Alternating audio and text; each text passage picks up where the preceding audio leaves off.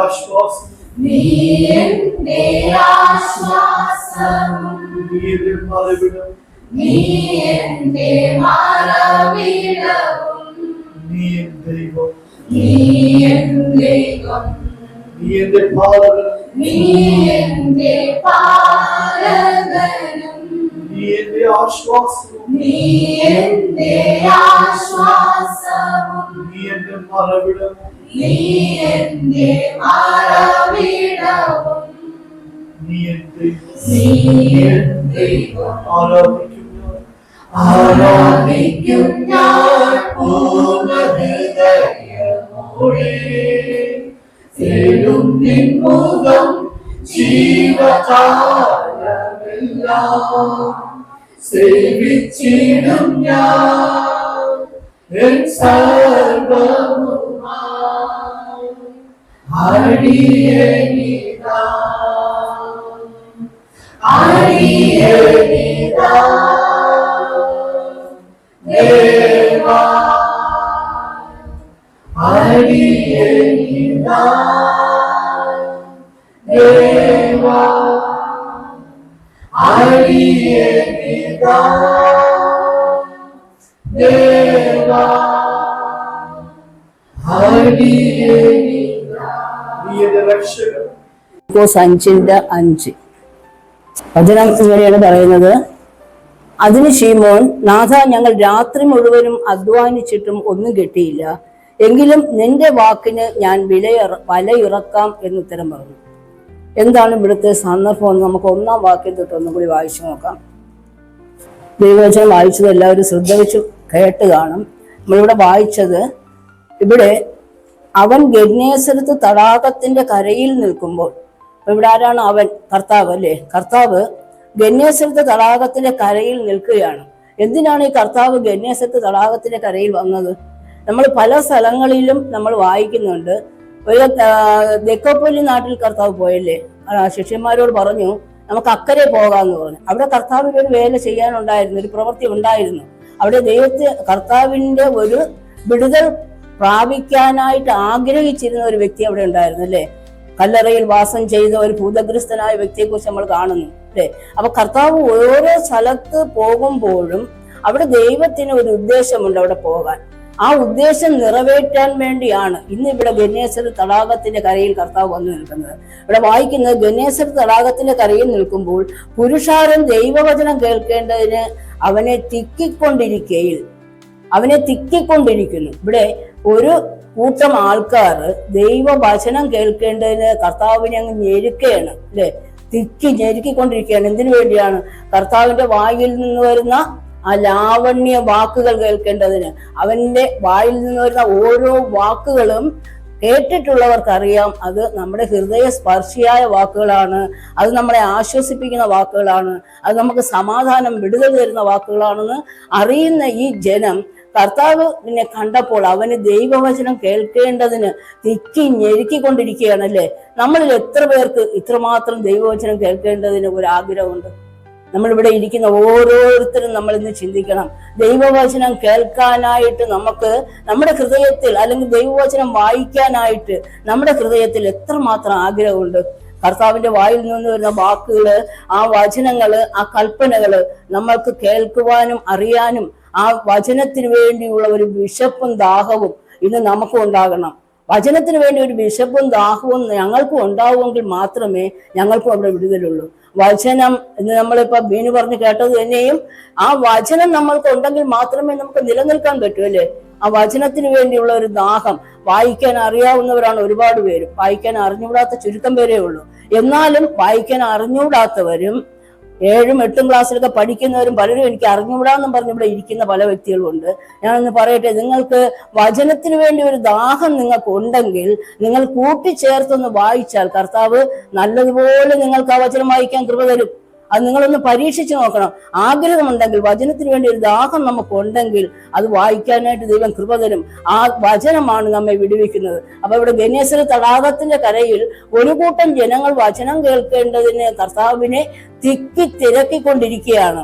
അപ്പൊ പറയുന്നത്, ആ സമയത്ത് തിരക്കുന്ന ആ സമയത്ത് 2 പടക് കരയ്ക്കടുത്ത് നിൽക്കുന്നത് അവൻ കണ്ടു. 2 പടക് കരയ്ക്ക് അടുത്ത് വന്ന് നിൽക്കുന്നത് കണ്ടു. അവയിൽ നിന്നും മീൻ പിടിക്കാറിറങ്ങി വല കഴുകുകയായിരുന്നു. 2 പടക് വന്ന ഗന്നേസർ തടാകത്തിന്റെ കരയിൽ നിൽക്കുകയാണ്. ആ പടകിൽ വന്ന ആ ആൾക്കാർ പടകിൽ നിന്ന് ഇറങ്ങിയ ഉടനെ വല കഴുകുകയാണ്, അല്ലെ? പടകിൽ നിന്ന് ഇറങ്ങിയ ഉടനെ സാധാരണ മീൻ പിടിക്കാൻ പോയവർ എന്താണ് ചെയ്യുന്നത്? ആ പടകിൽ നിന്ന് ഇറങ്ങിയ ഉടനെ വലയിലുള്ള മീനുകളും എല്ലാം തട്ടി കുടഞ്ഞ് വൃത്തിയാക്കി ആ മീനുകളെല്ലാം പിറക്കി ഒതുക്കി ഏറ്റവും അവസാനമല്ലേ വല കഴുകുന്ന പതിവുള്ളൂ. പക്ഷെ ഇവിടെ ഇറങ്ങിയവർ എന്ത് ചെയ്യുന്നെന്നറിയാമോ? ഇറങ്ങിയ ഉടനെ അവർ വല കഴുകുകയായിരുന്നു. ആ പടകുകളിൽ ശീമോനുള്ളതായ ഒന്നിൽ അവൻ കയറി.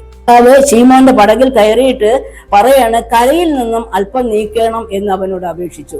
കർത്താവ് ശീമോനോട് പറയണം, കരയിൽ നിന്നും അല്പം നീക്കി, ജനം എന്നെ തിക്കി തിരക്കുന്നു, കർത്താവിന് നിൽക്കാൻ പോലും ഇടമില്ല. അപ്പോൾ കർത്താവ് പടകിൽ കയറിയിട്ട് പറയണ, കരയിൽ നിന്ന് അല്പം അങ്ങോട്ട് നീക്കണം എന്നവനോട്. അങ്ങനെ അവൻ പടകിലിരുന്ന് പുരുഷാരത്തെ ഉപദേശിച്ചു. അപ്പൊ കർത്താവ് ഇവിടെ വന്നത് ചില കാര്യങ്ങൾ തലേ ദിവസം രാത്രി കർത്താവ് കണ്ടു, അല്ലെ? 2 പേരും ഇവിടെ നമ്മൾ വായിക്കുന്ന, കർത്താവെ രാത്രി മുഴുവനും ഞാൻ അധ്വാനിച്ചു, ഒന്നും കിട്ടിയില്ല. ഇങ്ങനെ രാത്രി മുഴുവനും അധ്വാനിച്ച 2 വ്യക്തികളുടെ ഹൃദയത്തിന്റെ വേദനകളും ആ രാത്രികാലം അവരനുഭവിച്ച ആ കഷ്ടപ്പാടിൽ അവർക്ക് ഒന്നും കിട്ടാതിരുന്നപ്പോൾ അവർക്കുണ്ടായിരുന്ന മനോവ്യസനകൾ ആ കർത്താവ് കണ്ടു. ആ കർത്താവ് കണ്ടിട്ടാണ് ഇവിടെ ഗന്നേസരത്ത് തടാകത്തിന്റെ കരയിൽ കർത്താവ് വന്ന് നിൽക്കുന്നത്. അപ്പോൾ ആദ്യം കർത്താവ് വന്ന് നിന്നപ്പോൾ ഒരു കൂട്ടം ജനങ്ങള് വചനത്തിന് വേണ്ടി തിരക്കുന്നു. അവന്റെ വായിൽ നിന്ന് വരുന്ന ലാവണ്യ വാക്കുകളെ കേൾക്കുവാനായിട്ട് തിരക്കിയപ്പോൾ കർത്താവ് എന്ത് ചെയ്യുന്ന അറിയാമോ? ആദ്യം ഏതിനാണ് സ്ഥാനം കൊടുത്തത് നമുക്ക് ഇവിടെ നോക്കാം. കർത്താവ് പറഞ്ഞു, പടകിൽ ഇരുന്നിട്ട് പറഞ്ഞു, അല്പം അങ്ങ് നീക്കണമെന്ന് പറഞ്ഞിട്ട് അവൻ പടകിലിരുന്ന് പുരുഷാരത്തെ ഉപദേശിച്ചു. അപ്പൊ വചനത്തിന് വേണ്ടി ആര് ദാഹിക്കുന്നുവോ, ആർക്ക് ആഗ്രഹത്തോടെ ദൈവവചനത്തിന് വേണ്ടി ദാഹത്തോടെ നിൽക്കുന്നു, അവരുടെ ദാഹം തീർക്കാനായിട്ടാണ് കർത്താവ് ആദ്യ സ്ഥാനം അതിനാണ് ദൈവം കൊടുക്കുന്നത്. അപ്പൊ നമ്മളിവിടെ ഇരിക്കുന്ന ഓരോരുത്തരും നമ്മൾ ശ്രദ്ധിക്കുക, ദൈവവചന ഈ ദിവസങ്ങളിൽ കിട്ടുന്ന സമയമൊക്കെയും നമ്മൾ വായിക്കുക, ധ്യാനിക്കുക. ഒരുപാട് സമയം നമുക്കുണ്ട്. നമ്മൾ പലരും പറയും, ഞാനും പറയും സമയമില്ല സമയം. പക്ഷേ നമുക്ക് സമയമുണ്ട്. ദൈവവചനം വായിക്കണമെന്ന് ആഗ്രഹം ഉണ്ടായിരുന്നെങ്കിൽ നമുക്ക് സമയമുണ്ട്. നമുക്ക് ഫോണിലിരിക്കുന്ന സമയം നമ്മൾ അല്പസമയം ദൈവവചനത്തിന് വേണ്ടി ദാഹത്തോടെ നമ്മൾ അതിലേക്ക് തിരിയുകയാണെങ്കിൽ അതിനകത്തുള്ള പല കാര്യങ്ങളും ദൈവം നമുക്ക് വെളിപ്പെടുത്തി തരും. അതിൽ നിന്നുള്ള ആ വചനത്തിന്റെ വിടുതൽ ആ വചനം വായിക്കുമ്പോൾ നമുക്ക് അനുഭവിക്കാനും പറ്റും. അപ്പൊ കർത്താവ് ആദ്യം പ്രധാന സ്ഥാനം കൊടുത്തത് ദൈവത്തിന്റെ വചനത്തിന് വേണ്ടി ദാഹിക്കുന്നവരെ ദാഹം തീർക്കുകയാണ് ഇതല്ലേ. സംസാരിച്ചു തീർന്നപ്പോൾ അവൻ ശിമോനോട്, ആഴത്തിലേക്ക് നീക്കി മീൻപിടുത്തത്തിന് വലയിറക്കുവിൻ. ഇവിടെ ആഴത്തിലേക്ക് നീക്കി മീൻപിടുത്തത്തിന് വലയിറക്കുവിൻ എന്ന് കർത്താവ് ശിമോനോട് പറയുമ്പോൾ ശിമോൻ അതുവരെ പറഞ്ഞില്ല, കർത്താവെ ഞങ്ങൾ രാത്രി മുഴുവനും അധ്വാനിച്ചെന്ന്. അതിനുശേഷമാണ് അല്ലെ ശിമോൻ പറയുന്നത്. ആദ്യം കർത്താവ് പറഞ്ഞു, നീ ആഴത്തിലേക്ക് നീക്കി മീൻപിടുത്തത്തിന് വലയിറക്കാൻ പറഞ്ഞു. അപ്പോഴാണ് ശിമോൻ പറയുന്നത്. അതുവരെ കർത്താവിൻ്റെ അടുത്ത് അവൻ പറഞ്ഞില്ല, ഞങ്ങൾ കഴിഞ്ഞ രാത്രി മുഴുവനും അധ്വാനിച്ചതാണ് കർത്താവ് എന്ന് പറഞ്ഞില്ല. പക്ഷെ കർത്താവ് പറയുന്നു, ആഴത്തിലേക്ക് നീക്കി നീ മീൻപിടുത്തത്തിന് വലയിറക്കാൻ പറയുന്നു.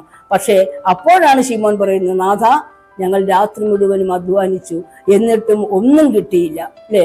രാത്രി മുഴുവനും അധ്വാനിച്ചു. ഈ ശീമോനും കൂട്ടരും രാത്രി മുഴുവനും അവർ ഈ വള്ളവും വലയും ഒക്കെ എടുത്തുകൊണ്ട് ഈ കടലിൽ പോകുമ്പോൾ അവർക്കൊരു പ്രതീക്ഷ ഉണ്ടായിരുന്നു, അല്ലെ? നമ്മൾ ഓരോരുത്തരും ജോലിക്ക് രാവിലെ ഇറങ്ങി പോകുമ്പോൾ നമുക്കൊരു പ്രതീക്ഷയുണ്ട്, ഇന്ന് കിട്ടുന്ന പൈസ കൊണ്ടുവന്നിട്ട് ഇന്ന കാര്യം ചെയ്യണം, അല്ലെ? പലവ്യഞ്ജന കടക്കാരന് കൊടുക്കണം, അല്ലെങ്കിൽ കടക്കാർക്ക് കൊടുക്കണം. ഇങ്ങനെയൊക്കെ ഒരുപാട് കാര്യങ്ങൾ നമ്മുടെ ജീവിതത്തിലുണ്ട്, അല്ലെ?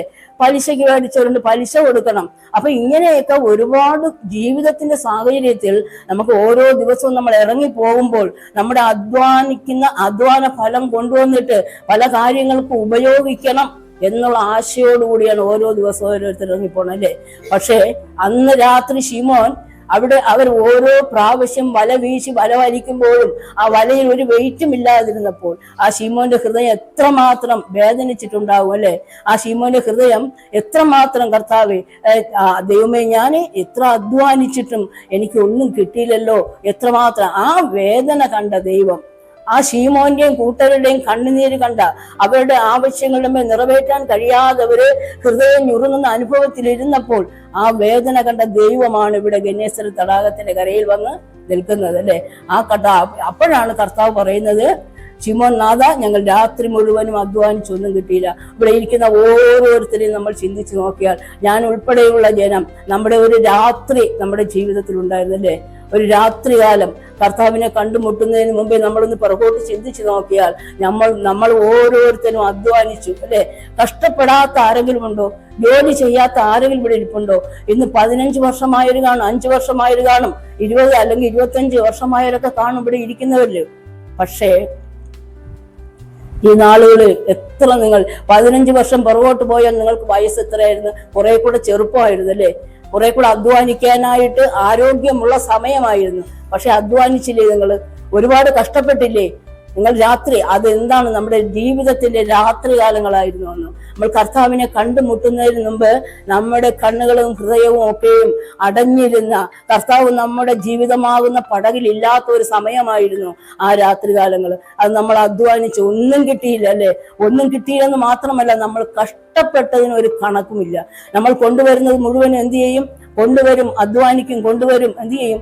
രോഗത്തിന്, ആശുപത്രിയിൽ, മരുന്നിന്, ഡോക്ടർക്ക്, പലിശക്കാർക്ക് അല്ലെ, ഇങ്ങനെ ഓരോരുത്തർക്ക് പൗത്ത് കൊടുത്തിട്ട് അവസാനം കയ്യിലൊന്നുമില്ല അല്ലെ. ഒന്നും കയ്യിലില്ലാതെ ശേഷി നമ്മൾ അധ്വാന ഫലം ഒന്നും നമുക്ക് അനുഭവിക്കാൻ കഴിയാതെ നമ്മെ അന്ധകാരത്തിലിട്ടിരുന്ന ഒരു ശക്തി ഉണ്ടായിരുന്നു അല്ലെ. ആ ശക്തി നമ്മെ കർത്താവ് അടച്ചു വെച്ചിരുന്ന, നമ്മെ ബന്ധിച്ചു വെച്ചിരുന്ന ആ ഒരു ശക്തിയിൽ നിന്നും നമ്മെ വിടുവിക്കാനാണ് ഈ ഗനേസരു തടാകത്തിന്റെ കരയിൽ വന്ന നമ്മുടെ കർത്താവ് ഇന്ന് ഈ ഹോളിൽ കടന്നു വന്നിട്ടുണ്ട്. നമ്മളെ ഓരോരുത്തരുടെയും വേദനകൾ കാണാൻ നമ്മൾ കടന്നു പോകുന്ന, നമ്മെ കാണുന്ന ഒരു ദൈവമാണ്. നമ്മൾ ഒന്ന് മനസ്സിലാക്കണം, നമ്മളെ കാണുന്ന ഒരു ദൈവം, നമ്മളിരിക്കുന്ന അവസ്ഥകളെ അറിയുന്ന ഒരു ദൈവം, നമ്മുടെ ഹൃദയത്തിന്റെ വേദനകളെ അറിയുന്ന ദൈവം, ആ കർത്താവ് ഇന്ന് നമ്മളിരിക്കുന്ന ഈ ഹോളിൽ നമ്മളടുക്ക കടന്നു വന്നിട്ടുണ്ട്. കർത്താവ് ചോദിക്കുന്നു, മകനെ, മകളെ, നിനക്ക് എന്ത് വേണം? അത്രമാത്രം നമ്മെ സ്നേഹിക്കുന്ന ഒരു ദൈവം, അത്രമാത്രം നമ്മെ കരുതുന്നവർ. ഈ ദൈവത്തെ അറിയണമെന്നുള്ളത് കൊണ്ടാണ് നമ്മളിവിടെ പലരും വന്നതെന്ന്. നിങ്ങൾ ഈ വചനം വായിക്കണം, നിങ്ങൾ വചനം ധ്യാനിക്കണം എന്ന് ഓരോരുത്തരും ഫ്രണ്ടിൽ വന്ന് നമ്മൾ വിളിച്ചു പറയുന്നത് എന്തിനെന്നറിയാമോ? ഈ വചനം നിങ്ങൾ വായിക്കണം. ഈ വചനമാണ് നമ്മെ വിടുവിക്കുന്നത്.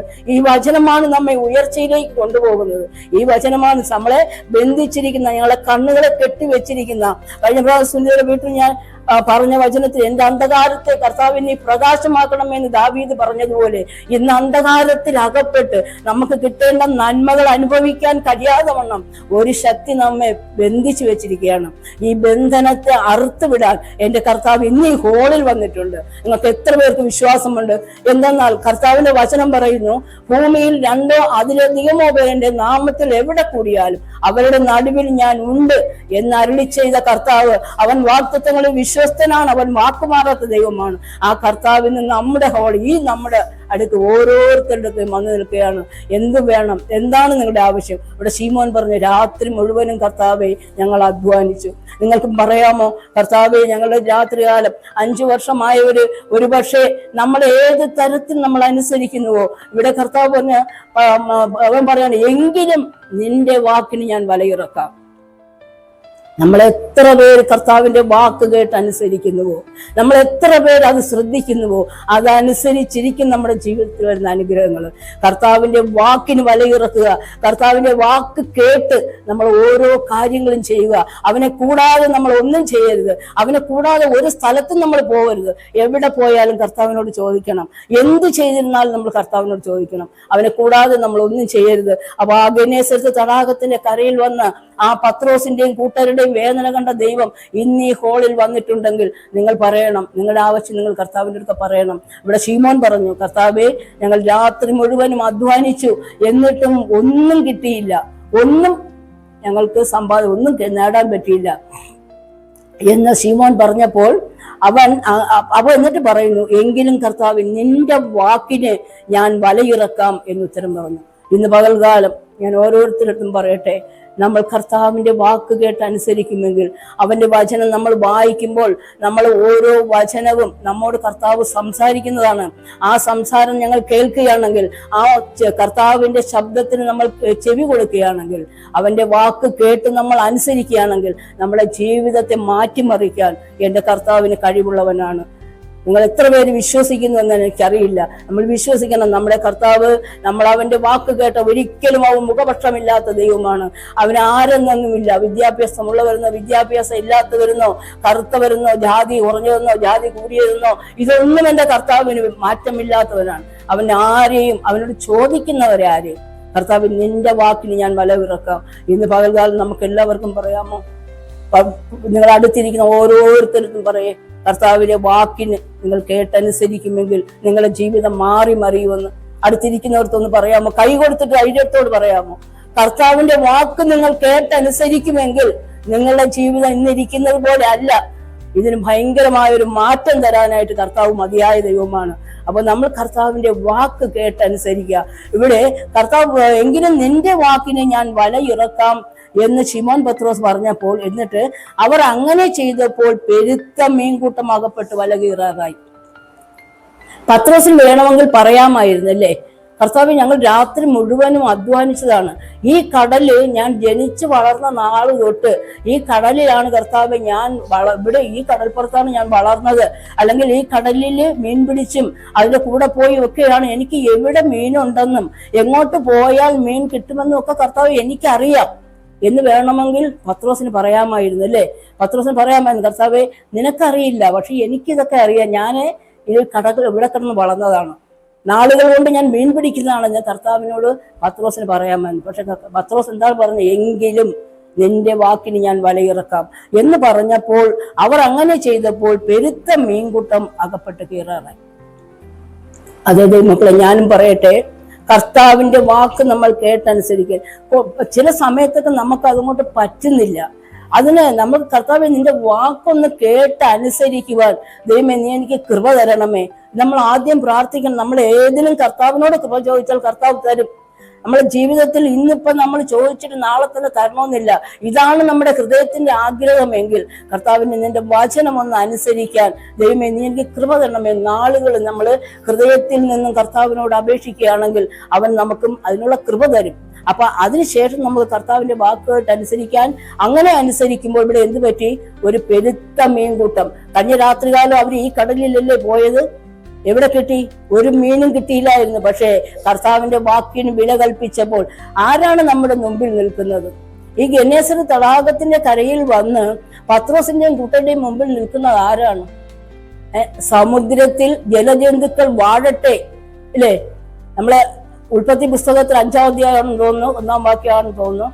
സമുദ്രത്തിൽ ജലജന്തുക്കൾ വാഴട്ടെ എന്ന് കൽപ്പിച്ച ആ കൽപ്പന, അല്ലേ? ആ ജലജന്തുക്കൾ, ആ കർത്താവാണ് ഇവിടെ വന്ന് നിൽക്കുന്നത്. അവനറിയാം എവിടെ മീനുണ്ടെന്നും എവിടെ മീനില്ല എന്നൊക്കെ കർത്താവിന് അറിയാം. ആ സൃഷ്ടിതാവായ ദൈവമാണ് ആ ഗന്നേസർ തടാകത്തിന്റെ കരയിൽ പത്രോസിനെയും കൂട്ടരെ എതിരേക്കാൻ ചെന്നത്.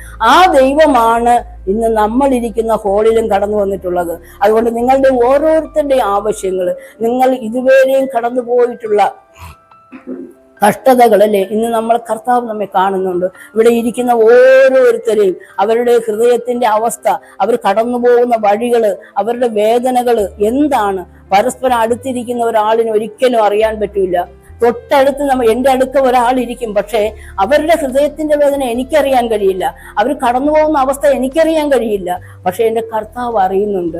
നമ്മെ ഓരോരുത്തരെയും കാണുന്ന ദൈവം, നമ്മെ ഓരോരുത്തരെയും അറിയുന്ന ദൈവം. ആ ദൈവത്തിന്റെ അടുക്ക് നമുക്ക് ചോദിക്കാമോ? നിങ്ങൾ ഇന്നു മുതൽ കർത്താവിനോട് പറയാം, കർത്താവേ എന്റെ കഴിഞ്ഞ കാലങ്ങൾ, എന്റെ രാത്രിയുടെ കാലങ്ങൾ ദൈവമില്ല. അതെ, ഇന്ന് കർത്താവെ, ഇന്ന് ലോകത്തിന്റെ വെളിച്ചമായ കർത്താവ് എന്റെ ഹൃദയത്തിൽ അല്ലെങ്കിൽ എന്റെ ജീവിതമാകുന്ന പടകിൽ കർത്താവ് വന്നിട്ടുണ്ടെങ്കിൽ എന്റെ ജീവിതത്തെ മാറും. ജീവിതത്തെ മാറ്റാൻ കഴിയുന്ന ഒരു ദൈവമാണ്. ആമേൻ. എത്ര പേർ നിങ്ങൾ ആമേൻ പറഞ്ഞ് ഈ വചനങ്ങളെ സ്വീകരിക്കാൻ പറ്റും? ആമേൻ.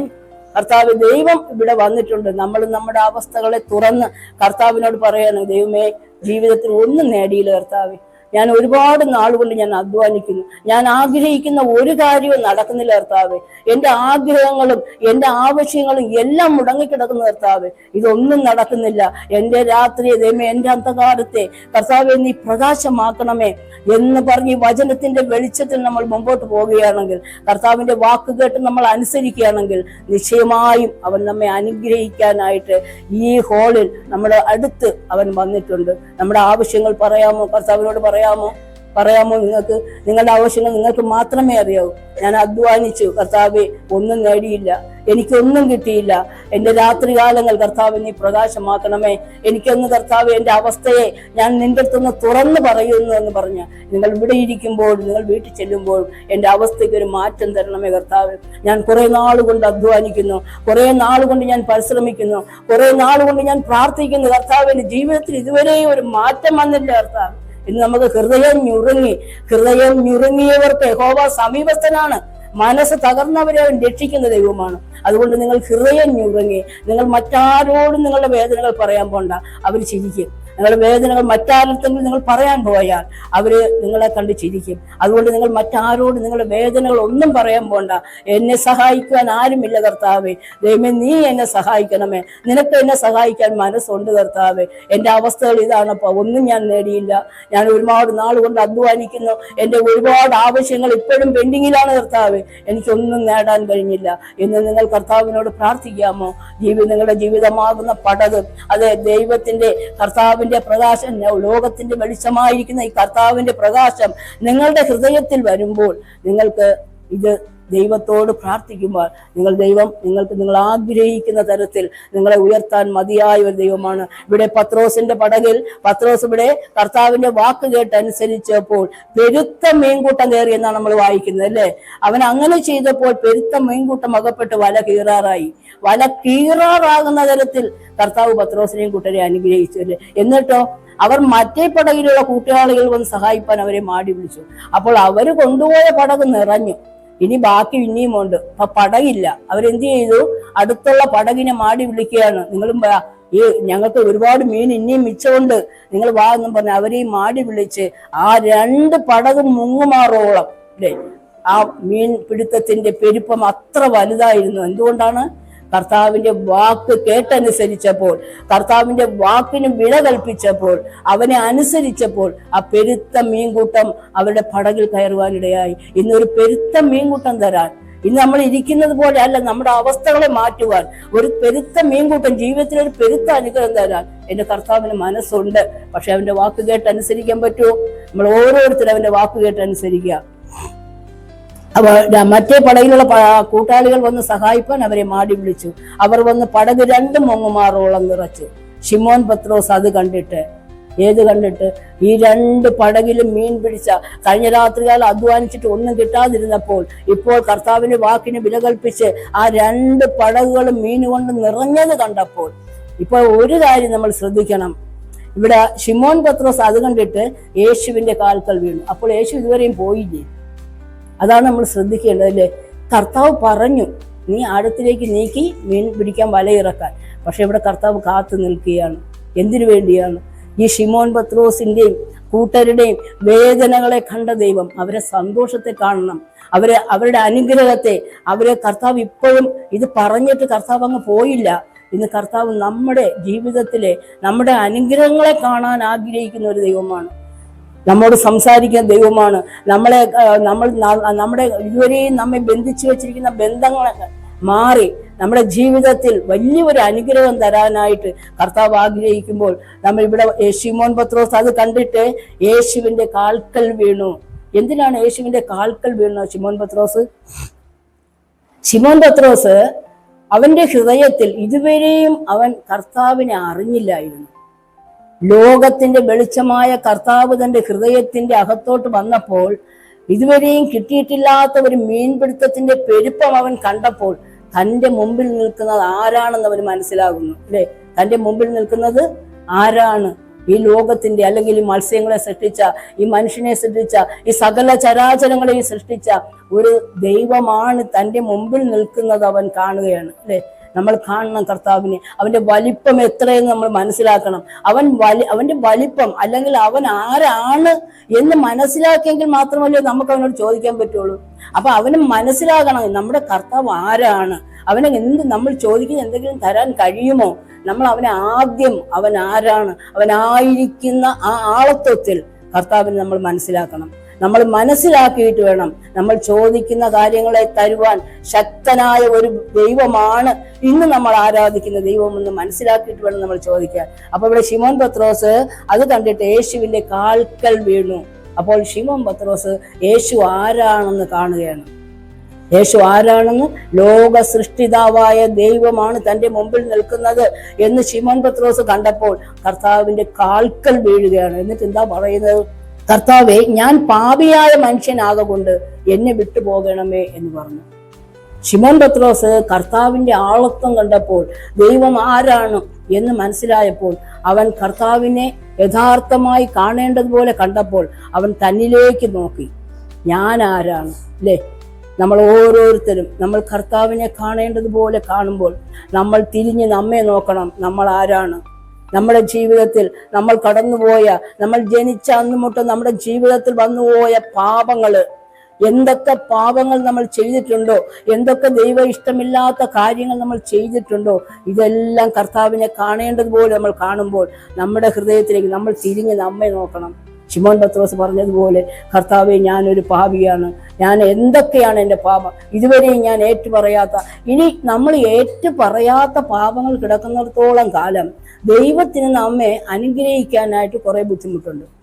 ഇനിയും നമ്മൾ നമ്മുടെ ജീവിതത്തിൽ വന്നുപോയിട്ടുള്ള പാപങ്ങൾ, കർത്താവിനോട് നമ്മൾ എന്ത് നമ്മുടെ ജീവിതത്തിൽ വന്നുപോയ പാപം ഏറ്റുപറഞ്ഞാലും കർത്താവ് ക്ഷമിക്കും. അവൻ കടലിന്റെ ആഴത്തിലേക്ക് നമ്മുടെ പാപങ്ങളെ ഇട്ടുകളയുമെന്നാണ് വചനം പറയുന്നത്. അതുകൊണ്ട് നമ്മുടെ ജീവിതത്തിൽ നമ്മൾ ഏതെങ്കിലും ചിലതൊക്കെ എങ്ങനെ കർത്താവിനോട് പറയും? നമ്മുടെ ജീവിതത്തിൽ വന്നുപോയ, പുറത്ത് നമ്മൾ മറ്റൊരാളിനോട് പറയാൻ പോലും നമ്മൾ നാണിക്കുന്ന ചില പാപങ്ങൾ ഒരുപക്ഷെ നമ്മുടെ ജീവിതത്തിൽ കാണാം. പക്ഷെ നമ്മൾ കർത്താവിനോട് ഏറ്റുപറയുക, കർത്താവേ, ഇന്ന പാപങ്ങൾ എൻ്റെ ജീവിതത്തിൽ വന്നിട്ടുണ്ട്, കർത്താവ് എന്നോട് ക്ഷമിക്കണമേ. ഒരു വാക്ക് ഹൃദയത്തിൽ നിന്ന് നമ്മൾ കർത്താവിനോട് പറഞ്ഞാൽ ആ നിമിഷം നമ്മുടെ പാപങ്ങളെ, ശരി മക്കളെ, ഞാൻ നിന്റെ പാപങ്ങളെ ഇതാ മായ്ച്ചു തന്നിരിക്കുന്നു, അവൻ ആ പാപങ്ങളെ എടുത്ത് കടലിന്റെ ആഴത്തിലേക്ക് ഇട്ടുക. പിന്നെ കർത്താവ് അത് ഓർക്കൂല. നമ്മൾ ചിലപ്പോൾ ഇത് ഓർത്ത് വീണ്ടും അതെടുത്തയോ ഇങ്ങനെ. പക്ഷെ ഏറ്റുപറഞ്ഞ പാപം, കർത്താവിനെ ഏറ്റുപറഞ്ഞ് ഉപേക്ഷിച്ച പാപം കർത്താവിനോട്, ഇവിടെ ശിമോൻ പത്രോസ് പറയാണ്, കർത്താവേ, ഞാൻ പാപിയായ മനുഷ്യനാകൊണ്ട് എന്നെ വിട്ടു പോകണമേ എന്ന് പറഞ്ഞു. അവനിലേക്ക് നോക്കിയപ്പോൾ ഞാൻ പാപിയാണെന്ന് മനസ്സിലായി. അവർക്കുണ്ടായ മീൻപിടുത്തത്തിൽ അവനും അവനോടുകൂടെയുള്ള എല്ലാവർക്കും സംഭ്രമം പിടിച്ചു. അവർക്ക് ഭയം വന്നു.